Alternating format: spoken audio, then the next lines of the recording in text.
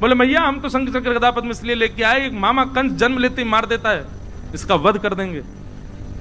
ठाकुर जी ने अपनी 2 भुजा अंतर ध्यान कर ली, कौस्तुभ मणि अंतर ध्यान कर ली, और बताएं आज हरि देखे नंगम नंगा, सब वस्त्र उतार करके देखो यमुना जी जैसे ही ऊपर आने लगी, ठाकुर जी बोले अरे देखना आ रही है ससुर जी चल लेंगे, उठी उठी आ रही है ऊपर को।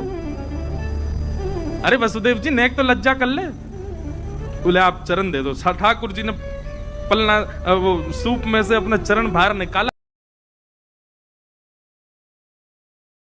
अपनी चाचा की बहन देवकी का विवाह कंस ने वसुदेव जी के साथ किया। और जैसे ही विवाह हुआ, विवाह करके इतना उसको प्रेम बढ़ा, अपने आप ही विदा करने जा रहा था, तभी आकाशवाणी हो गई, देवताओं ने कह दिया, बोले कि जिस बहन को तुम विदा करने जा रहे हो इसी का 8वां गर्भ तुम्हारा काल होगा कंस। मृत्यु की बात पता चलते ही कंस ने जिस बहन को विदा करने जा रहा है, जिस बहन का कन्यादान किया, उसी के केश पकड़ लिए, तलवार निकाल करके जैसे ही वध करने लगा, वसुदेव जी ने चरण पकड़े, इससे तुम्हारा काल नहीं है, इसके पुत्रों से काल है। मैं वचन देता हूं जितने बालक होंगे सब तुमको दूंगा, तुम चाहो तो हमको बंदी बना लो, हम कहीं नहीं जाएंगे।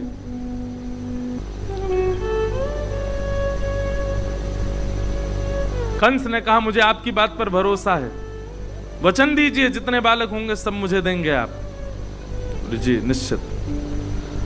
अब कथा ऐसी आती कि प्रथम पुत्र जब हुआ तो लेकर के वसुदेव जी जैसे ही कंस के पास गए तो कंस के हृदय में करुणा आ गई। कंस बोला अरे मेरा भांजा है, मेरी बहन का बेटा है और पहला बालक है, इसको आप रख लो। मेरा शत्रु तो 8वां बालक है, इससे मुझे भय नहीं है, इसको ले जाओ। तो जैसे ही वसुदेव जी ले जाने लगे, अच्छा देखो देवता जरूरी ऐसा नहीं है सारे काम अच्छे ही अच्छे करते हैं, कभी कभी बिगाड़ते भी हैं कामों को। देवताओं ने कहा, बोले नारद जी कंस की बुद्धि तो हमको सुधरी सुधरी सी दिखाई दे रही है, और कहीं कंस सुधर गया तो भगवान अपना आना स्थगित ना कर दें, आप जाके इसकी बुद्धि बिगाड़ो। और नारद जी ने आकर के कंस से कहा, बोले अरे तुमने पहले बालक को क्यों छोड़ दिया? बोले 8वां बालक काल है ना। बोले कि पहले से 8वां कोई भी मार सकता है तुमको।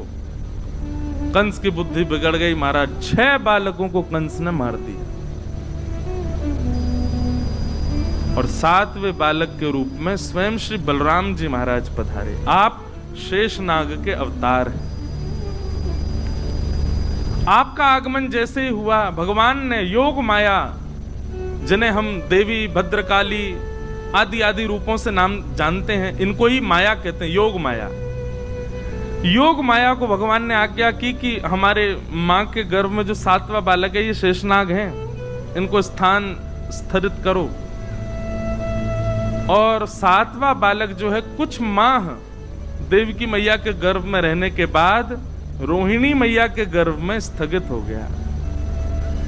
और कंस को यह समाचार मिला कि 7वां बालक तो गर्भ में ही नष्ट हो गया। अब आ रहे हैं 8वें बालक। कंस ने महाराज सेना बढ़ा दी, ताले बढ़ा दिए, सब व्यवस्था कर दी, कहीं से भी बच के भागने ना पाए।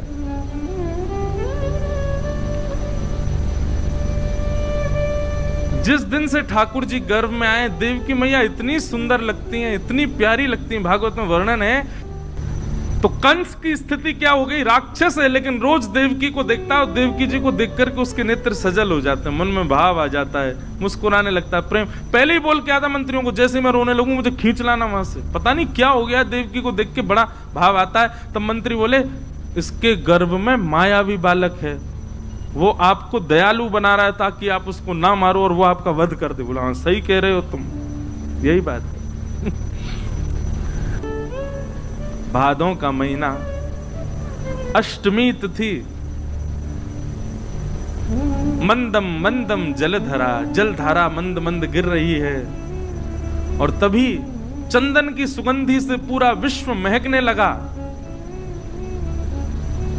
कंस के कारागृह में, मथुरा में देवकी मैया और वसुदेव जी हाथ जोड़ करके भगवान की प्रार्थना कर रहे हैं। और तभी देवकी मैया के गर्भ से एक दिव्य तेज प्रकट हुआ।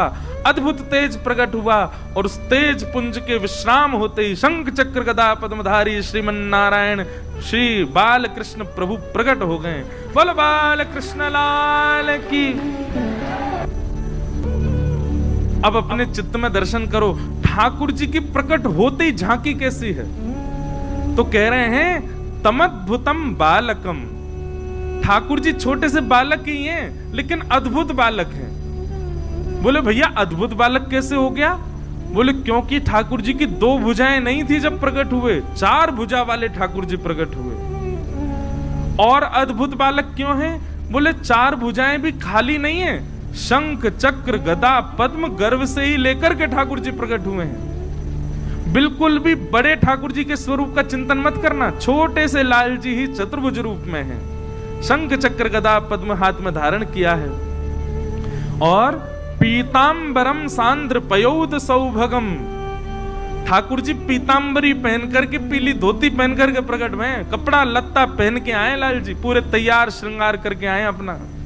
और गल सौभ कौस्तुभम, गले में कौस्तुभ मणि पहन रखी है। और छोटे से ही नन्हे से गोपाल जी हैं, कोई बड़े रूप में प्रकट नहीं हुए। बोल बाल कृष्ण लाल की। दर्शन हुए सबको? कभी कभी मन होता है नेक्स्ट से गोपाल जी उन्हीं की 4 भुजा हूं, यो पेट निकल रहा नेक्स्ट से बाहर, गदमदरा से हाथ गोल मटोल लाल जी, 4 भुजा, गदमदरा से पाम, गोल गोल गाल और 4 भुजा वाले 2 दतुइयां निकल रही हैं।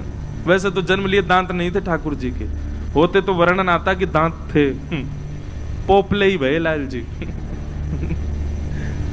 ठाकुर जी को प्रकट प्रादुर्भाव हुआ। छवि देख करके निहाल हो गए देवकी और वसुदेव। वसुदेव देवकी दोनों ने चरणों में प्रणाम किया। ठाकुर जी बोले मैया देख लो, आपने प्रार्थना की, हम आ गए। आपने पूर्व जन्म में प्रार्थना की, ब्रह्मा जी से प्रार्थना की, हम आ गए।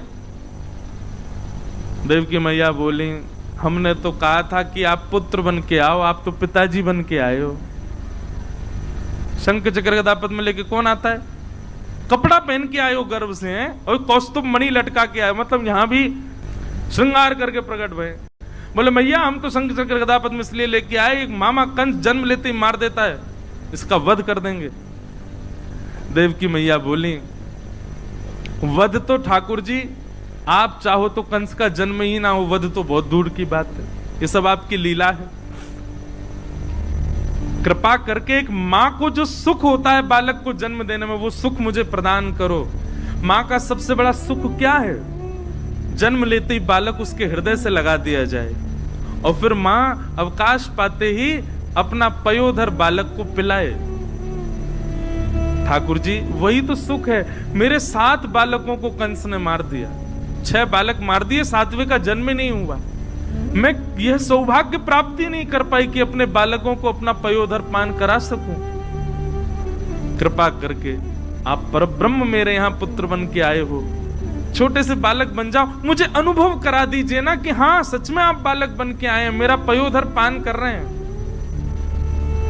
ठाकुर जी बोले मैया 2 भुजा अंतर ध्यान कर देंगे, लत्ता कपड़ा सब उतार देंगे, बालक बन जाएंगे, लेकिन फिर याद रहे लीला करने के लिए फिर हमको समय चाहिए। 11 वर्ष 56 दिन के लिए हमको ब्रज भेजना, लीला करके बढ़िया माखन मिश्री खा के गोप ग्वालों के संग आनंद करके फिर आएंगे।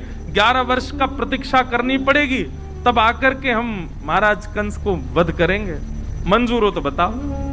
तो मैया ने दूसरा भाव अपनाया, बोले क्षण भर का संयोग मिले, उसके बाद भले ही 11 वर्ष का वियोग मिले, कोई दिक्कत नहीं, आप गोद में आओ। ठाकुर जी ने अपनी 2 भुजा अंतर ध्यान कर ली, कौस्तुभ मणि अंतर ध्यान कर ली, और बताएं आज हरि देखे नंगम नंगा, सब वस्त्र उतार करके देखो खुद ही लेट गए और लेट करके दोनों भुजा और हाथ उठा के रोने लगे। बन गए बालक। देव की मैया ने अब जन्म लेकर के और अब तक का जो बीच का जितना भी भाव था, ठाकुर जी ने अपनी माया से सब अंतर ध्यान कर दिया। मैया को याद ही नहीं है मैया को लगा अभी अभी बालक प्रकट हुआ है, तुरंत अपनी गोद में लेकर के अपने पयोधर का पान कराया। बहुत रुदन किया देवकी मैया ने। ठाकुर जी ने पहले ही आज्ञा कर दी थी कि हमको ब्रज ले जाना। वसुदेव जी ने पूछा कैसे लेके जाना? बोले जैसे ही हम बालक बने, ये सूप है, इसमें हमको बिठा देना, लेकर के सीधे ब्रज चलना। तो वसुदेव जी बोले इतने सारे सैनिक, ताले लगे हैं, कैसे लेके जाऊंगा?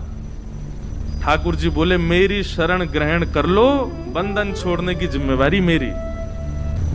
वसुदेव जी ने जैसे ही ठाकुर जी को गोद में लिया, हाथ की हथकड़ियां खुल गईं, पैरों की बेड़ियां खुल गईं। ठाकुर जी को सूप में बैठा करके जैसे सिर पर धारण किया, चट चट चट सारे ताले खुल गए। सैनिक गहरी नींद में सोए हैं। भगवान बोले सारे बंधन खुल गए, लेके चलो हमको। और वसुदेव जी धीमी चाल से ठाकुर जी को लेकर के चल रहे हैं महाराज। आहा,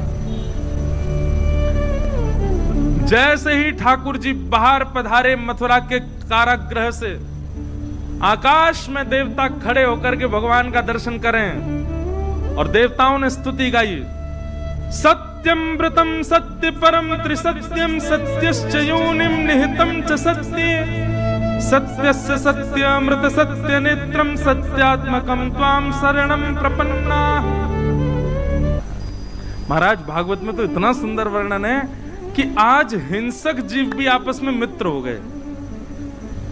शेर भी दौड़ रहा है ठाकुर जी के दर्शन करने के लिए, हिरन भी दौड़ रहा है। तभी हिरन ने आकर के एक लात मारी शेर में, पीछे हट, मैं पहले करूंगा। शेर बोला मानता नहीं, तेरा मेरा ब्रेकफास्ट है तू। बोले आज भाई हमारे ठाकुर जी का जन्म हुआ है, आज दोनों भाव से दर्शन करेंगे। और दोनों मित्र बनकर दर्शन कर रहे हैं। सर्प मूसक एक साथ दर्शन कर रहे हैं। सर्प ने फन उठा दिया ऊपर की ओर, ऊपर चल रहे हैं ना ठाकुर जी, और उस फन के ऊपर मूसक खड़े होकर दर्शन कर रहा है।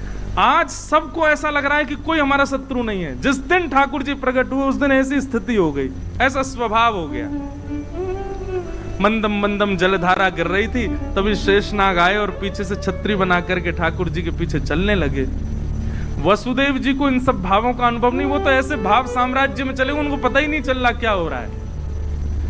गोकुल जाने के लिए देखा बीच में यमुना जी। आज यमुना जी में समुद्र की तरह उफान भर रही हैं, सारी नदियां हैं आज वृंदावन में। जैसे ही जाने लगे वसुदेव जी, यमुना जी ने विचार किया हमारे पतिदेव आए हैं, पैर तो छू लें।